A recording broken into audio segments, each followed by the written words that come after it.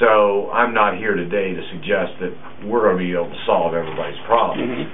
But what we can do, and what has been suggested to me by the Attorney General to do, is to come to places like Linton and Bloomfield throughout Greene County and say, meet with local prosecutors, local law enforcement officials, and ask them, who are the one or two or three people, or maybe more, who, if we prosecuted those individuals federally, as opposed to in state court, which would take them off the streets of Linton, for example, once adjudicated, if found guilty, might be subject to stiffer, longer penalties, would serve, frankly, hey, how are you? All right, how are you? Good. Okay, come in, or yeah, come on in, Troy. Troy Gerald. Yeah, Troy, Joe Hogsett. Nice to meet you. Nice to see you. I hear a lot about you. Well, thank you. I hope mostly good. Yeah. Yeah, good stuff. And to meet with local law enforcement and local prosecutors, I was in the middle of responding to a question.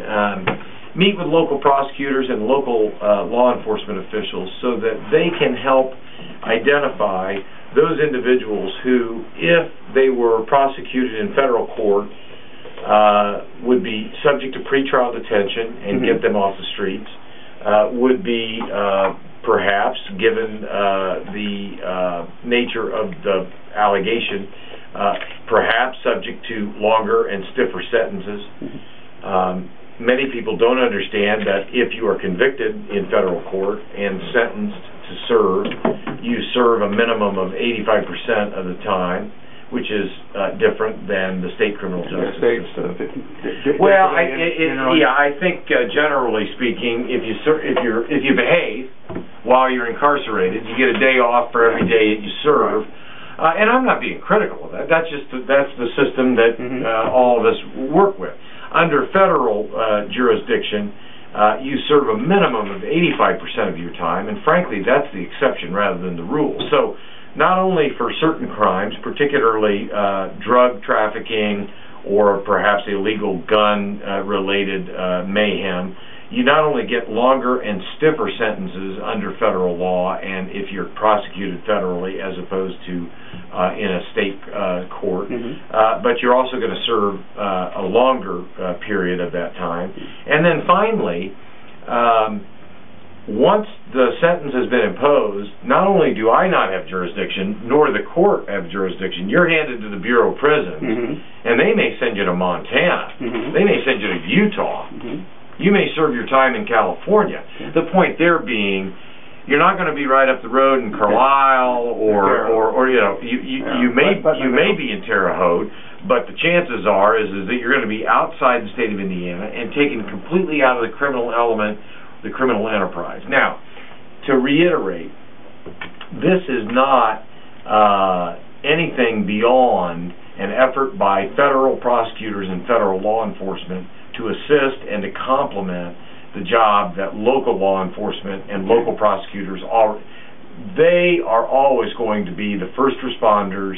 They're always going to have the bulk of the responsibility for the safety and the well-being.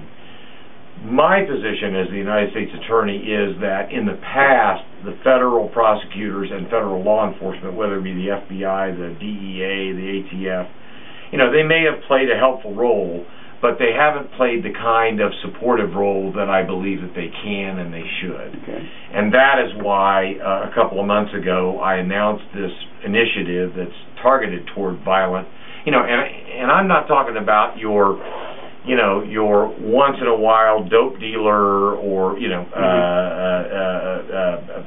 if you've got a gang-related issue that happens occasionally. I'm talking about targeting those repeat offenders that cycle in and out of local jails that, frankly, law enforcement officials spend I mean, if you talk to law enforcement officials, I don't care what county you're talking about, they always can tell you the 4 or 5 people that they chase all the time. The frequent flyers. The frequent flyers. And my point is that not in every case will those individuals be subject to federal prosecution. But if they are subject to federal prosecution, it seems to me that we as federal prosecutors and federal law enforcement ought to be working with our local law enforcement partners and our local prosecutors to take those people off the streets of places like Linton and Bloomfield for a long period of time, so that, frankly, local law enforcement can therefore reallocate their resources in a more effective and efficient way.